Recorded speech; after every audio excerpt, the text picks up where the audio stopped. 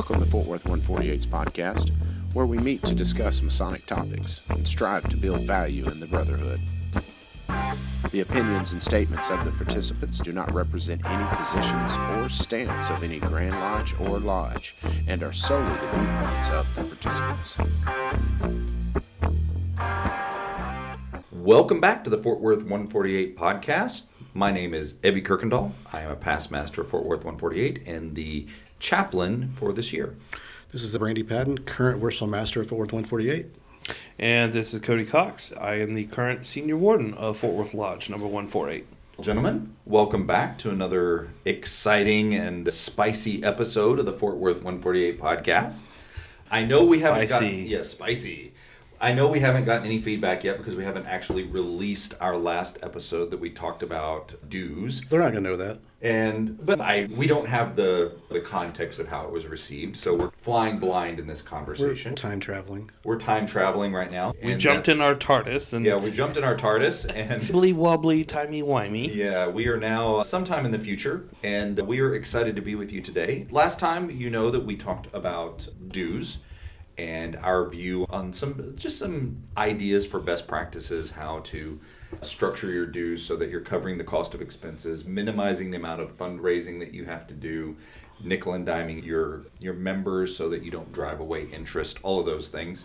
We are super interested in your views on it. So if you still haven't heard that episode, go listen to it.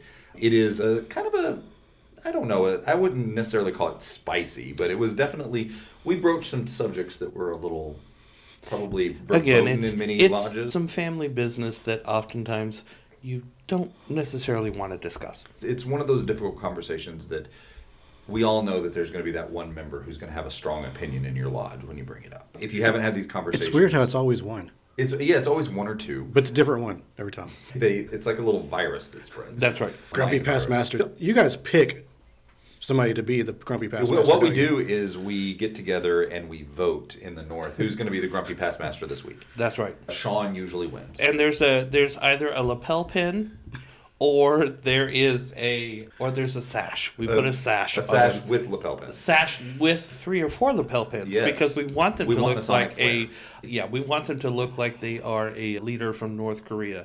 Oh, speaking of, by the way, just in case you're listening to this one, there was a podcast a few times ago that we talked about that Brandy had mentioned there was somebody from North Korea listening. And I mentioned the fact that maybe it was their fearless leader listening to us. I know that I sent it to both Evve and Brandy, but I found a meme where the leader of North Korea is sitting next to a guy at a computer, and it's mentioned something about you think that you're working under pressure, that kind of thing. Sharing that. Yes. So that was us on the Masonic podcast with Kim Jong-un listening in. So it's weird. I got this random text from a former NBA player. Oh, God. The worm. Yes. At any rate, gentlemen, we are going to wade into a conversation today that I have some really strong opinions about. I alluded to it on our last episode, and that is the subject of endowments. Endowments have become quite, I think, a thorn in my brain, especially after the information that was posted on Texas Freemasons breaking down the number of endowments, the number of service-exempt people, and the numbers regarding paying members. And we all know, we talked about it on the last episode, that those numbers are not exact. We know that there's some people those represents memberships, not people, and that's not always going to be a great representation of actual lodge breakdown. Good summary is less than half of your members actually pay dues. Yes, and the summary is 47% of members of the state of Texas actually pay dues, and then 33% are endowed, and 20% are service exempt. And my take is... Does overlap a little bit. Yeah, there is a little bit of overlap, but by and large, if we look at this number as representative of Texas Masonry in general with a little bit of some fuzzy edges, let's just acknowledge the fuzzy edges, I think we can all together say the service exempt people, we are happy to say that those people are service exempt. Absolutely. They have put in their time. We do not begrudge them I one do bit. not begrudge them. So just for clarity's sake, service exempt in Texas, 50 years as a Master Mason, dues paying and good standing, or lives at TMRC. Yes. Right. And so those people are not expected to pay dues and because of their contributions over the course of their lifetime. And I think that's great.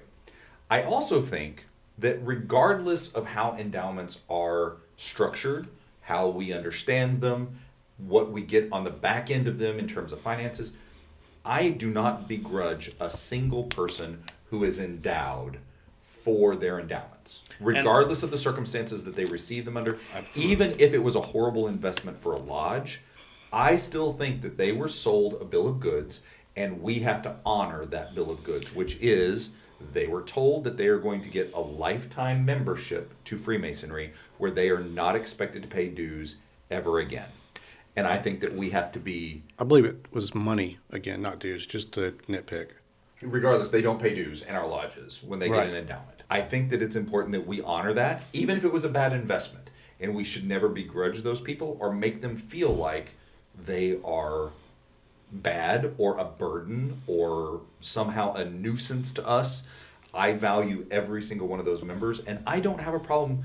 I want to start this conversation off because I think I'm the one with the hot take here. Cody and Brandy are looking at me with a little trepidation.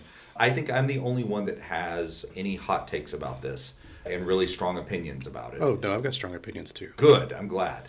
But I don't have a problem with endowments. I really don't. I don't. And let's be honest, in transparency, just so that the listeners know, I am endowed at 2 of the 3 lodges that I belong to. I'm a dues-paying member of Fort Worth Lodge number 148, and I'm endowed at 2 of my other lodges. I am endowed in 1 lodge, and I am dues paying member at Fort Worth 148. 0 endowments over here. I am Purely a dues sure as the white snow.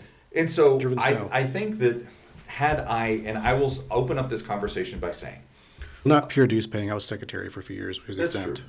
But I still think I donated my dues to Yeah, someone the else. services you Oh did. yeah, there were dues definitely paid by being secretary. You paid dues. It was blood, sweat, and tears. I will also admit very freely here, because of the ways that dues are structured and the cost that I incurred as purchasing this endowment from the lodge that I was first initiated and raised to Master Mason. Had I known what endowments were really about, I would never have become endowed. I feel horrible about having been endowed there because I have become a financial burden, and I send them a check every year for my per capita to the Grand Lodge because I don't want them taxed for the benefit of having me on their rolls. I don't think it's fair. I don't think that it's right. I think that it is a disservice. And I think that the fact that that $500 endowments even exist to this day is a travesty. And so I want to start the conversation about endowments with all of our cards on the table here. And I also want to start, I think, with the conversation of what do we think endowments should be about? When we think about, if we were to divorce ourselves from our emotions for a moment and think to ourselves in Freemasonry, if we were developing an endowment system, what should that endowment system do for the lodge? What should it do for the Grand Lodge? And what should it do for the member? So let's start with that conversation and kind of see where we land. When I think about endowments, I think about the idea of it is a money gift that is given to an organization that is there in perpetuity and is meant to generate income for that particular organization in order to do things. So for the most part, before I came into Masonry, when I would think about endowments, you would hear the word endowment all the time, like at universities, or you would hear it on like PBS or something like that. And let's be real honest, most of the time endowments were named after dead people who left behind money in order for particular things to happen. So when I came into Masonry and found out about endowments at the lodge that could be purchased by living people, my brain wrapped a different way around that. I wasn't quite sure about that one. And so that's the baseline where I was coming from. This idea of endowments are gifts from dead people in order to do particular things.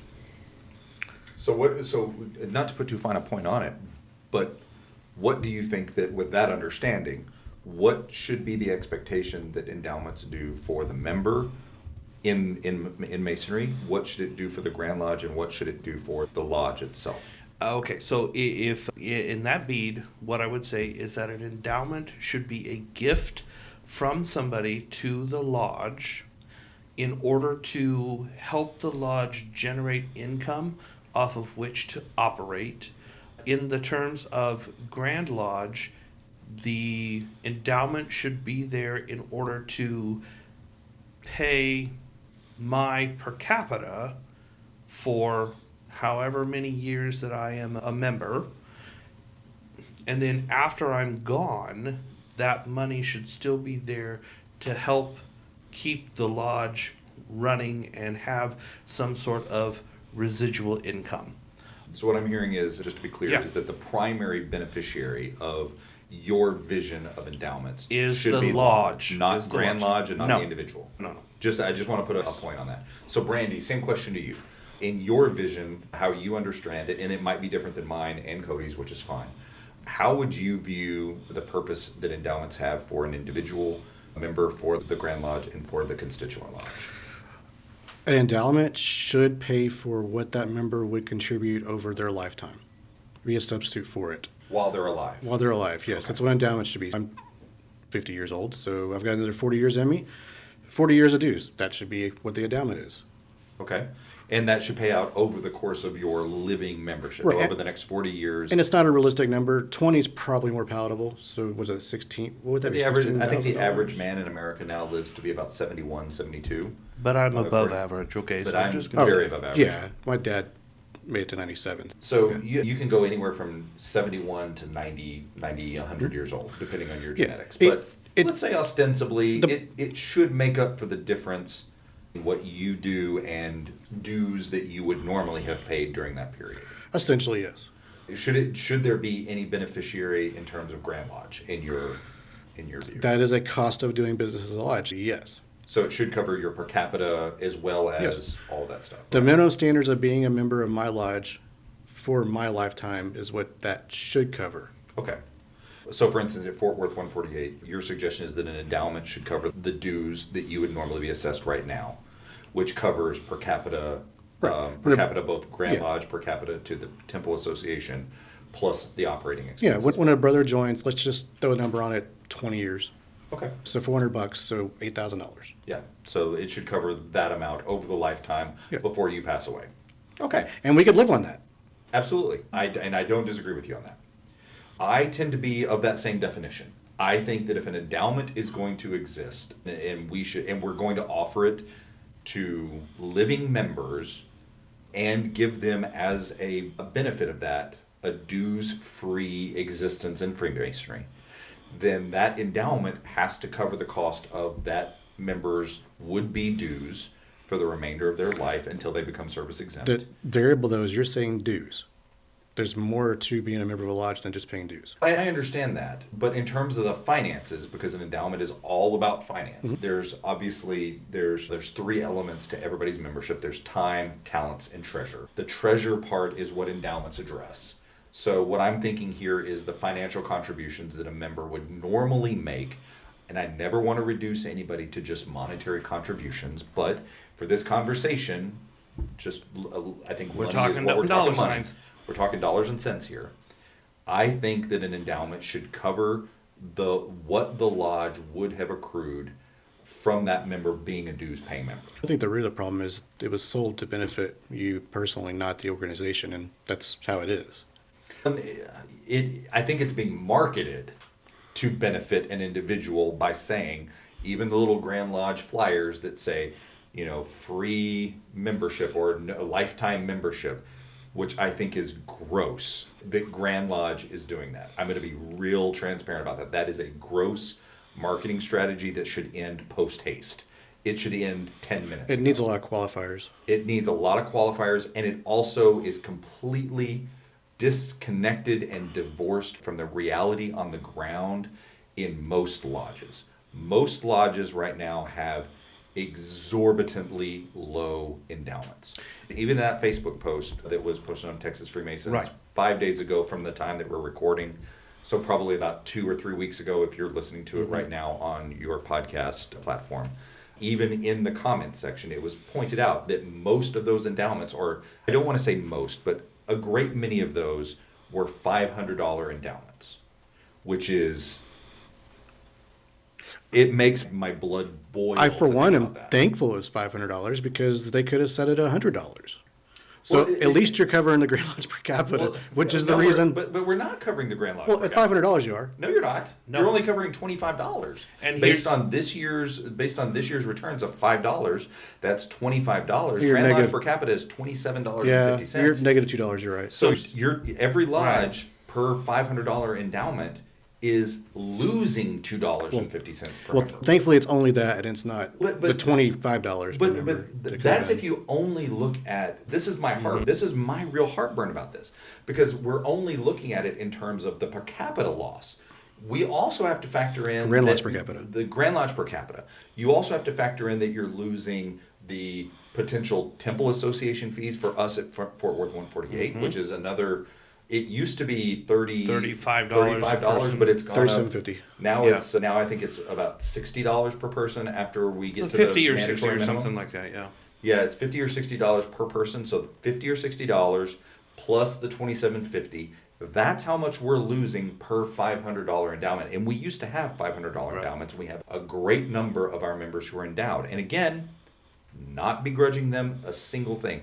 This was the lodge's bad for doing this. The way it was sold, you'd be silly not to buy it. Yeah, it was sold to all the members as not having to pay dues ever again.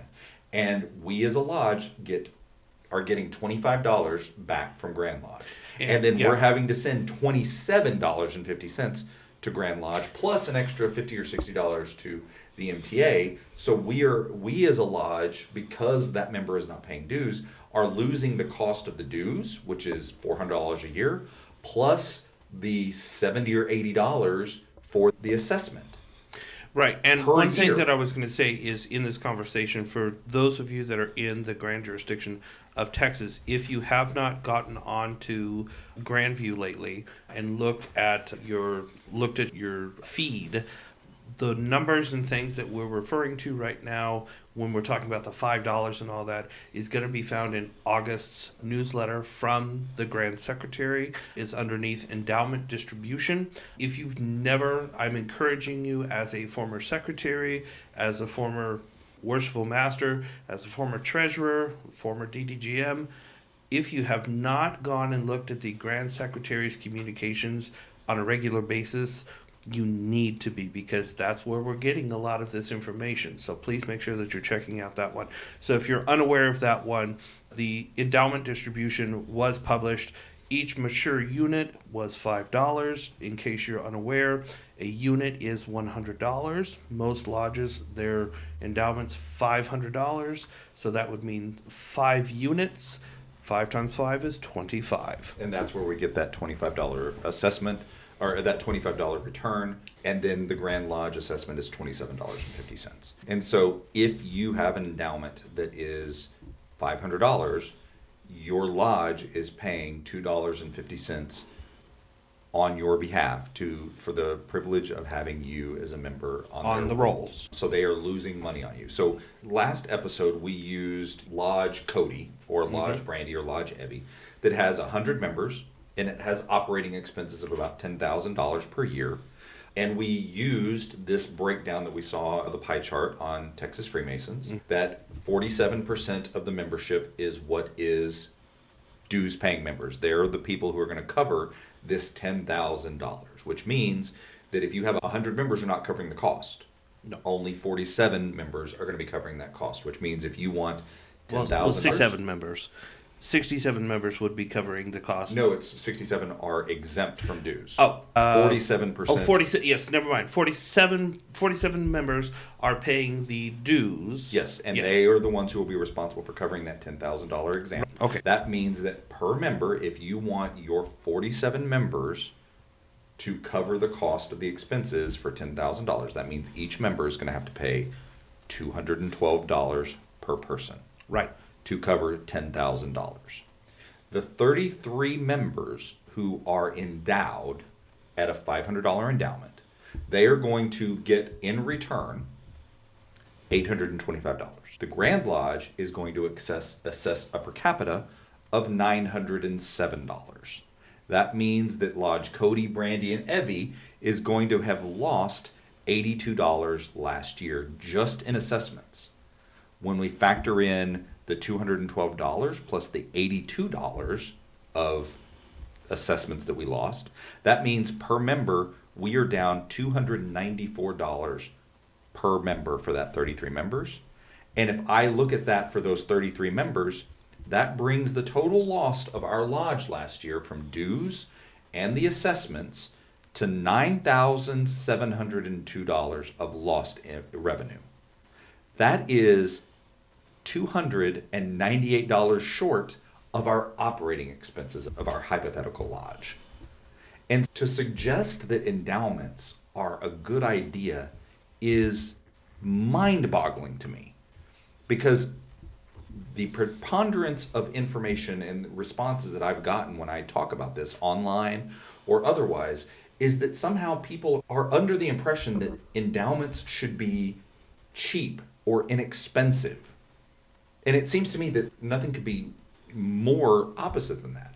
Because if we're going to use my definition or what it sounds like Brandy described to me, and please don't let me misrepresent your position on this, but if we are going to have endowments that cover the cost of our membership in a lodge, then that means that $500 certainly isn't doing it. We're losing money. $1,000 barely covers the amount of the Grand Lodge assessments and maybe a little bit extra. In our lodge, it wouldn't cover all the assessments. $4,000 covers pretty much. It takes $4,000 to cover our assessments and a little bit extra, but it still doesn't cover the cost of the missing dues of $400 a year. We would need a current endowment of around 10 grand for our lodge to be able to pay all the assessments and still make the money that we would normally make off of that member for lodge dues while they're alive. And that is mind-boggling to me. And if I were to go to any lodge and say, you need to make your endowments $10,000, they'll tell you you're crazy. They would. People have said that I'm crazy for even suggesting it. There are pitchforks and people things would ready come after for me you. with pitchforks and torches. Mm-hmm. I would be Frankenstein's monster Kill if I the beast. suggest. Exactly. But when we look at the numbers, I find it really difficult to argue with these numbers. That who is making out with this? And I'm just going to say it too. Last year at Grand Lodge, we said that we're going to start recognizing members who buy extra units. Mm-hmm. Which seems to me the biggest admission that our endowment system is terrible. It is a terrible investment. Terrible for the lodge. Terrible for the lodge. The only people, and I said this online, and I'm going to say it here. The only beneficiary of our current endowment structure is the Grand Lodge. And it's coming at the expense of our constituent lodges. Lodges are suffering because the endowment system has not been really well explained. The way that it is structured makes it seem like it's a great benefit to individuals, but the lodges are getting taken to the cleaners on it. Yeah. And they're getting taken to the cleaners both directions, from the members not paying dues and from the dues assessments or the membership assessments from Grand Lodge. Well, and I think what we're also talking about here is the fact that we have. Yeah, I know that in our conversations and when I've talked to people throughout Texas and things like that, there are a lot of members that have not seriously gone underneath the surface and really done the math when it comes to an endowment. They only look at the endowment as positive, and the spin on it is positive.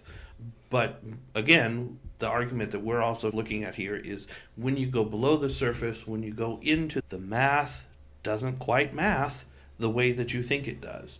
So, yeah, I also think that, like you were saying, endowments largely have been understood in our culture, as something that dead people leave to the living for some sort of legacy of perpetuity. I think of Amon Carter, a member of Fort Worth 148, who passed away a number of years ago. He was a very wealthy, I think, television magnate. And rancher and all that. Yeah, he had his hands in a lot of buckets, and he has his name now on the football stadium at TCU. He also has a number of museums here in Fort Worth. And half my property, mineral rights. Yeah, he was a very wealthy man. And Still lives large in Fort Worth. He has a largesse in Fort Worth that is well known. He was instrumental in setting up public school funding for Texas. He was the man for a while. And those are the kind of things, when I think of endowments, that's what I think about. I don't think about endowments being a beneficiary to living members. So our endowments that we have for non-living members, those members that are not being assessed per capita, I think that those are great things, and I'm not against that. But living members, they were never designed for living members. You got to clarify, the endowment is for living members, but it was endowed previously, not by them. TCU's endowment, for example, they're $2.5 billion. But what's it cost to go to TCU a semester? You don't go for free. You certainly don't. For an undergraduate degree at TCU, it's like $425,000 right now. Yeah, so $100K a year plus a little bit, you're still paying to go. But they've still got this huge endowment war chest. It's great. That's what endowments are meant for, is to support the organization. Not to use those endowments for capital investments and to build new buildings. And they live off the interest on that fund. Absolutely. But what we're dealing with now is a situation where our living members are endowed and not getting any sort of financial compensation for the lodge, and lodges can't live like that. We can't live paying money out. It wasn't understood when it was sold. Yeah, it seems it was sold very poorly. And maybe it was sold right. I don't know. I wasn't a member whenever they were out peddling endowments when it first was developed. But I do know that the reality on the ground is most lodges don't understand it. Most lodges don't understand how badly it's hurting them. And by the time that they recognize how badly it's hurting them, the damage is already done, and suddenly they can't afford to operate. And I think what we can say here too is that if you're listening to this podcast and you were around when endowments first came into being, if you can help us understand, like, how are they explained to you, how are they sold to you, those types of things, that may help us in our understanding of this. Sure, I would love to hear from members who have a little bit more insight. We want to hear that as well. Because it really blows my mind. I'm thinking about Fort Worth 148. That's the front of mind. Because I know what a bad investment it has been we had a $500 investment up until 2016? Help me out with that. 2016, 2017? No, it was before that. When did we go up on dues? Because it happened at about the same time. You remember, Brandy? It was the end of your year. No, we were paying $365 for a long time before that. We went up whenever the temple system went up. So that's actually this year. We went from $365 to $400, but I'm talking about when we went from up to $365. Oh, I wouldn't remember. I have no idea. I know that it happened a number of years ago because I've heard other of our more senior members, past masters, talk about it. Yeah, 2021. But we used to have, during that period of time, $500 endowments. Mm-hmm. And a great percentage, a huge percentage of our members took advantage of that $500 endowment. So right now, the dues-paying members we have really overshadowed by the number of endowed members. Right. And we have often talked about that Fort Worth 148 has the financial stability to weather that issue, but it is still a major issue that still comes up every once in a while. Right. And it's painful to look at some of the numbers that we have to deal with when it comes to our dues-paying members versus our service-exempt and endowed members. Mm-hmm. It's not 40. I guarantee you that we are not being funded by 47% of our members. It's much closer to like 15%. And I think that's probably the case at a lot of lodges where they have a large amount of endowed members. Yeah. Now, the interesting thing is that, again, if we're talking about endowments and the numbers that you have and units and stuff like that, there are lodges out there, and in fact, I'm a member of one and an endowed member at a lodge, where the endowments, when we get the check back, is actually a good check because we've been in existence for so long and we had so many of our members that are no longer with us that did purchase endowments. So it's something of a positive for that one. But I'm going to go out on a limb and say we're probably one of, I have no idea on the number, but I'm going to say few, where maybe this is a positive. for that one. I think the other thing that we want to pepper this conversation with is that when we talk about Grand Lodge and things like that, I think we also need to think about the fact that the three of us that are sitting at this table have votes at Grand Lodge. So if we're finding things that are wrong with the system, we as members of the Grand West should be thinking about how to address this and things like that. And I think we're going to get to that. But I do want to pepper the conversation with that thought that when Evve or myself or Brandy, when we talk about the Grand Lodge, we're also keeping in the back of our minds that we at some point are kind of members of the Grand Lodge because we are members of the Grand West. And this is a conversation, again, that family conversation that we need to have. Yeah, and I know that there are a lot of people who are fans of endowment. They defend the endowment structure, and it's for whatever reason and for whatever their thought process is behind it. I want to believe in it because I know that endowed members that have passed away are huge benefits. That is the purpose, is to leave a legacy of support. Once you are no longer an active member and you lay down, your working tools continue to work for the lodge past your time. And I think that is what endowments ultimately should be. But the way that they've been sold to us in terms of it being a lifetime membership and you don't have to pay dues anymore and all the Grand Lodge law that is accreted around that idea, it just feels something is wrong and that it's not working the way we want it to. And with that one, okay, so we've put into play where we sit in mindsets to endowments. We know that endowments are a thing. So how do we, as individual lodges, how do we work within the status quo with endowments? Like, where do we go from here? You make it a reasonable price that can actually justify its existence, first of all. Now, when you say make it a reasonable price, like, you mean to the lodge members? If you're going to sell an endowment today, you need to figure out what it costs to have one member that year and make your endowment where it covers that person's cost, which we came up with $5,000, I believe, with the 5% return would cover what it costs to have one Master Mason in our lodge. I just did a little bit of number crunching here while Brandy and Cody were speaking. If your lodge happens to be, your lodge dues are $100, it will take 20 units for your lodge to get the return of $100. $2,000. Which is $2,000. So for every $100 you're in your lodge for every $100 in dues, your lodge is going to have an endowment of $2,000. So if you have a $200 dues, you need $4,000 endowments. If you have $300, it goes up to $6,000. So you see how this suddenly gets to be up in, we have $400 dues, so we need $8,000 dues to make up, $8,000 endowments to make up for the lost revenue that membership's endowment And that's costs. today dollars, not 10 years from now dollars. And here's the interesting thing, what you're saying there as well, Evve, is I'll go back to what I said at the beginning, is that if your lodge has that $100 dues, and you have that endowment at $2,000, that will cause a break even. And if we go back to what I said, when you look at the definition of endowments, it is to cause an income.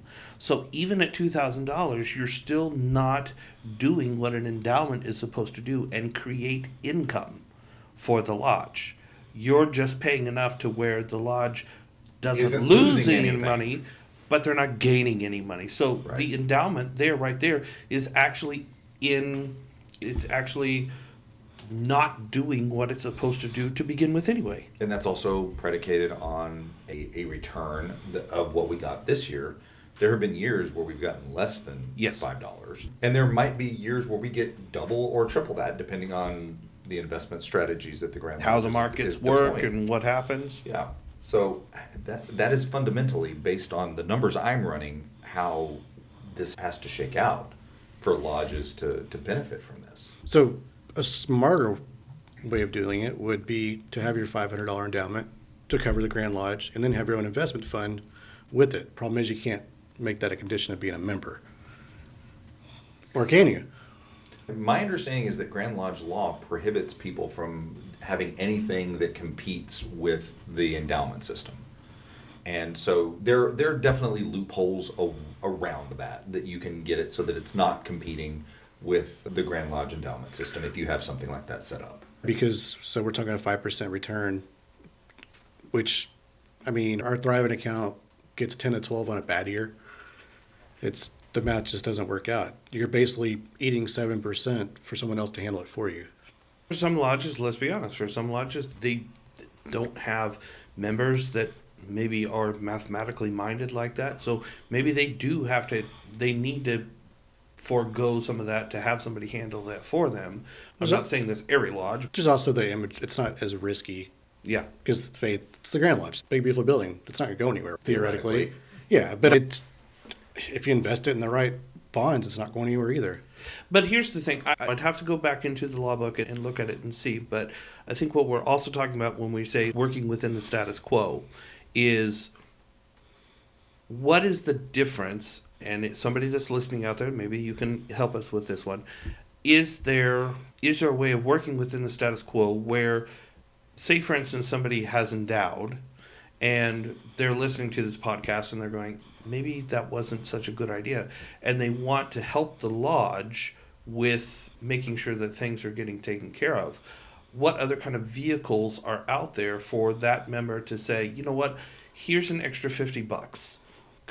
Can a lodge take that $50 and put it into their own savings account, a money market, or something like that? Is that allowable within Grand Lodge law, or are you setting up something that is competing with that one? I think in that circumstance that you're giving an example of, you're essentially encouraging the member to donate above and beyond money. And what the lodge decides to do with above and beyond donations is what I'm talking about in competing with the endowment system is, let's say, if you buy, you can buy a lifetime membership to Lodge, Cody, Brandy, and Evve and pay $2,000 for it. That is competing directly with the endowment system. And so that very well could be in violation of Grand Lodge law, to my understanding. But I'm not an expert on Grand Lodge law, so don't come. But a lodge could take, say, for instance, that extra $50 that the brother sends in, and put it into an investment account. That the lodge set up themselves. Yes, general fund. Yeah, it could begin to go into the general fund. It could go into a basic savings account,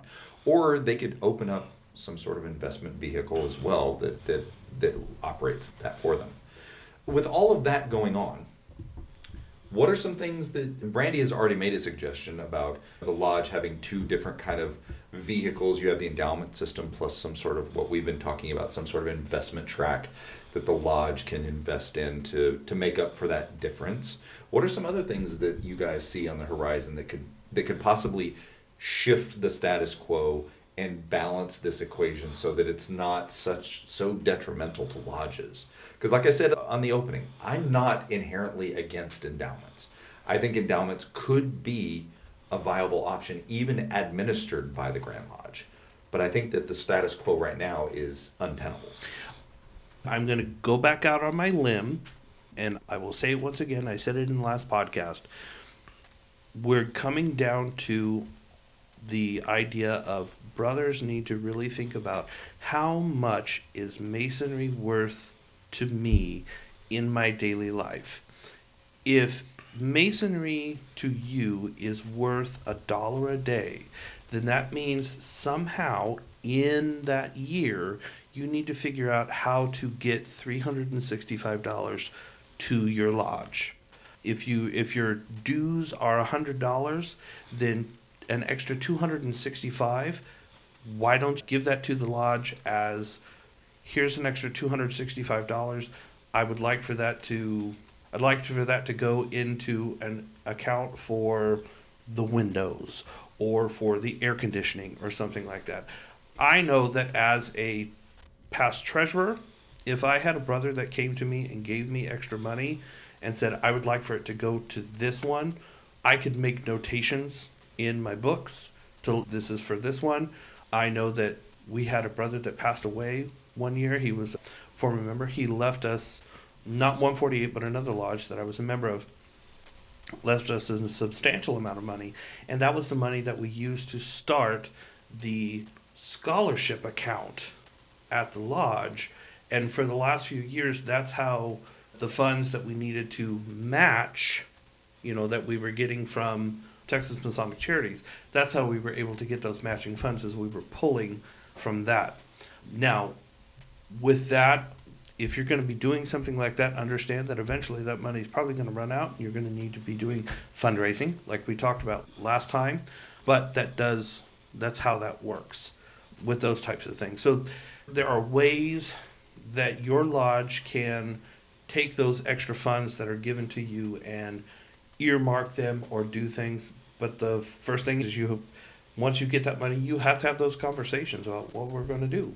I also think that I don't know a single lodge, or at least I'll speak for our lodge. If somebody were to come to our lodge and say, hey, I would like to donate an extra $265, and I would like to work with the lodge to set up some sort of investment vehicle with that $265 to make extra money for the lodge, I'm sure that we could figure out a way to open up a high yield savings account or a CD or something to start growing that other members might want to contribute to.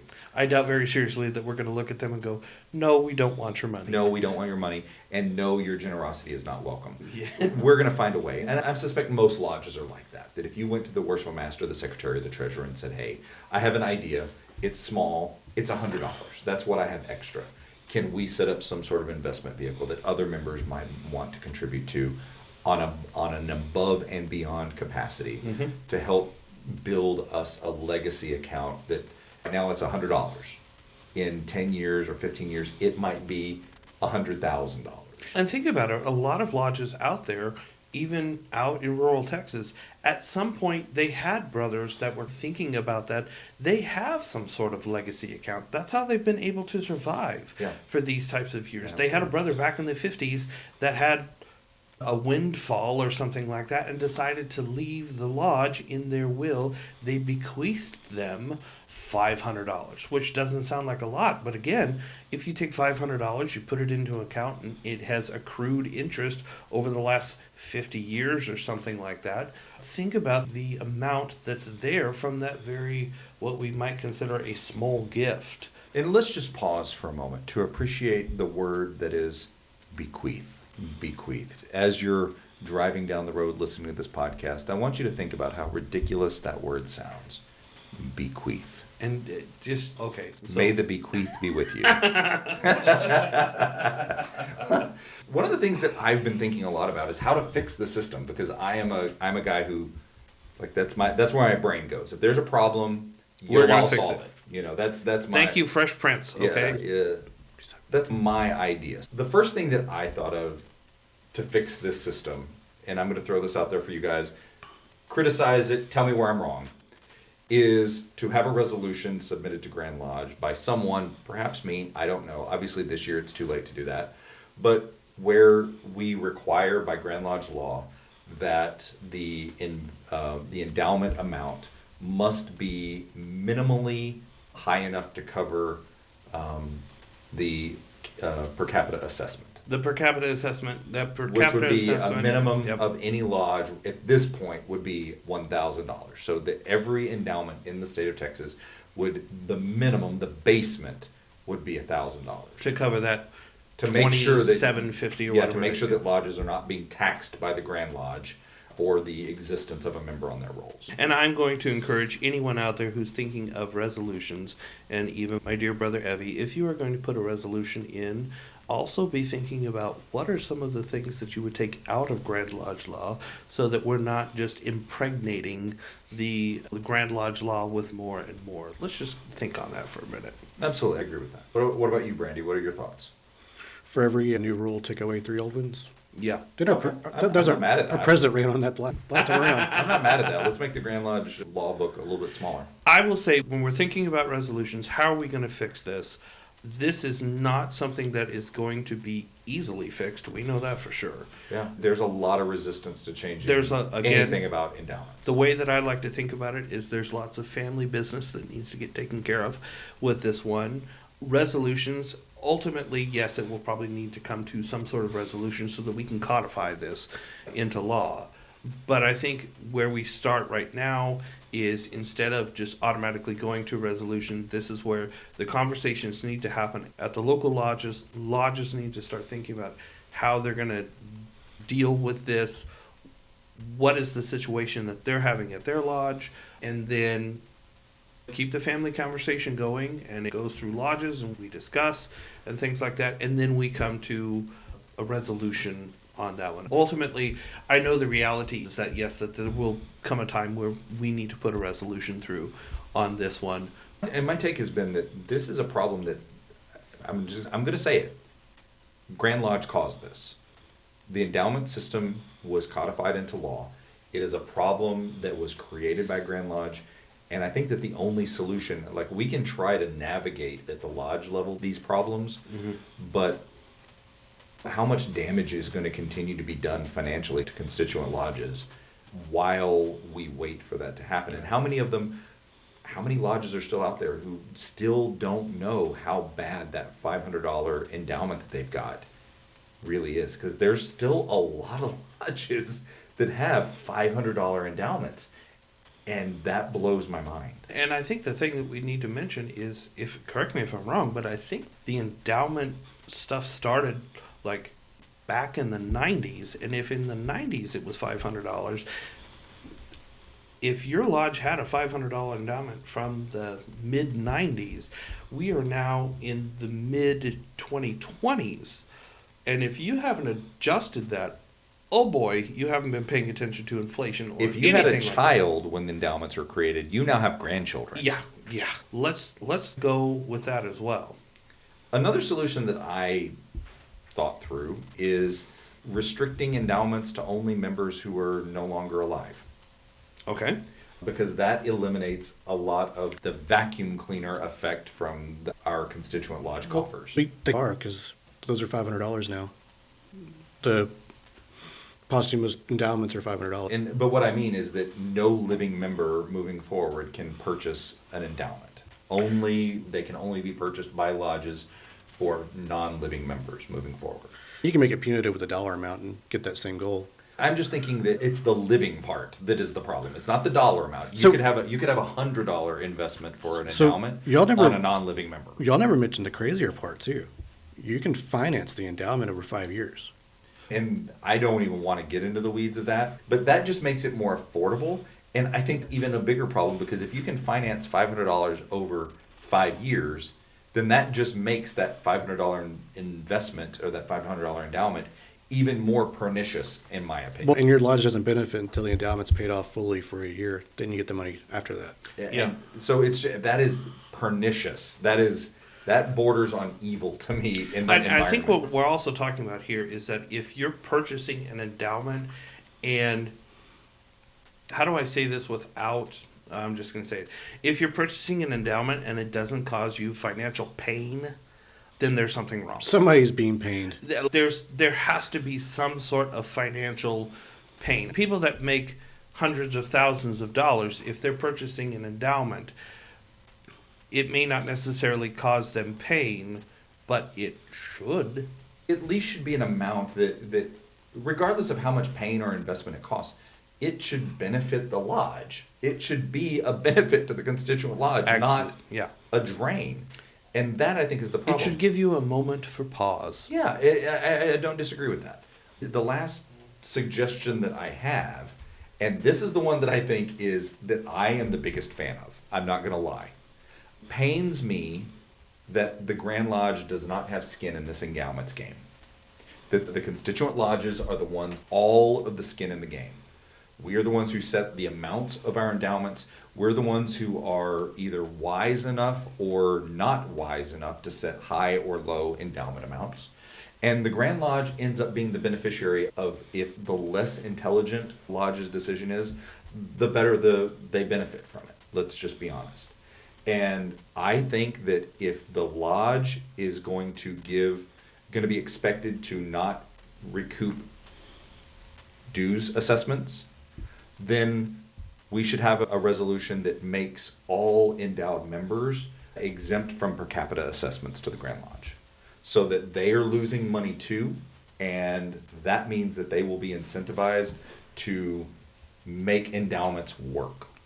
Because until the Grand Lodge feels some pain from this, I don't think that they're going to have any incentive. They're going to continue manufacturing those stupid little cards that say, get an endowment and get a free life of membership to your lodge, which is just gross to me. They have no incentive to make this system work for lodges until they have some skin in the game. And right now, I don't see that they have any skin in the game. So by making members exempt who are endowed from dues, from per capita assessments, I think that puts a little bit of skin from the Grand Lodge side, and they will be feeling the pain that we feel as constituent lodges who are having these endowments that are not benefiting us and are actually ensuring that 47% of members are having to carry the expenses of an entire lodge, and to make up for the lack of income from the other 53%. And again, mind you, I keep having to say this, I do not begrudge any of those endowed members a single thing. I think that they are owed a dues-free membership, what they were promised. I think it is unconscionable to go to them and say, hey, the way that the lodge handled endowments in the past sucks. You need to pony up some more money. I don't like that idea, to go to a member and have to ethically explain why you told me that I was not going to have to pay dues, but now you're telling me that I'm a burden to the lodge financially and you need more money.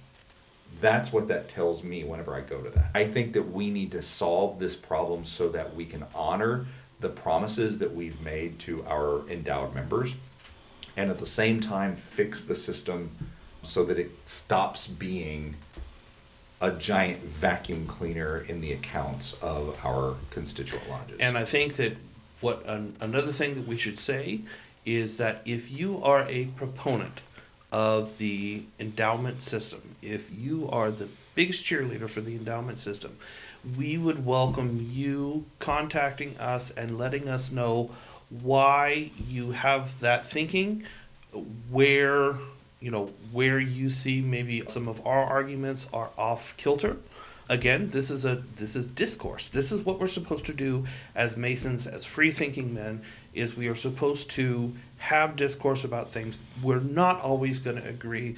Brothers should never always agree on something, because if you're always agreeing on something, then you're never going to have cause for growth. So I know that the three of us at this table would welcome hearing from folks that are all in on the endowment system and telling us why you feel that way, so that hopefully we can understand your thinking and go from there. And I think it's also worth mentioning, the three of us at this table don't necessarily all agree on what the best answers are. Just because I just threw out these big three answers that deal with resolutions and changing the way the endowment structure works, I know for a fact that Brandy probably doesn't agree with at least two of the ideas that I just spat out, and that is fine. We've talked about it in the past, and he's got some great ideas too. I think that idea that you brought up about having a dual system for an endowment and an investment account. Just explain that $500 is for just your per capita. We don't get anything on it. Just as long as you explain that up front. And as long as there's transparency involved in these things, I think that's the main thing. So much of the endowment system is opaque. Yeah. I have known people at the Grand Lodge level. You go ask two Grand Lodge members who pretend to know what the endowment system is like and ask them to explain it to you. Yeah. You're going to get 5 different answers from those 2 different people about how the endowment structure works. I'm just trying to imagine where we'd be if in like 1948 all of our members bought $500, whatever $500 was then. Yeah. We'd be set. Yeah, like every lodge would be set. Yeah. But the problem is that this is such a long horizon. We'd have a rough 30-year period though. Yeah, and that's the thing. We're in that rough 30-year period where it's going to be a while for most lodges before they start reaping the benefits of having a large number of deceased members who were endowed that then offset the costs of the living members. It reminds me of the people who are critical of the Social Security system, who are really upset that a smaller pool of workers are having to pay for the Social Security of a large number of retirees that are coming to that age. It's the same sort of system where we have these endowments that we're basically carrying the costs right now for those folks who were endowed before us, and now the members that are dues paying members are being asked to shoulder the costs of all of these fees without their assistance and contributions. I do want to get a point out there. Secretaries, go through your members, look at the guys that are 90 plus years old, see how many you've got, check on them. You might be paying assessments on guys that have been dead for a decade.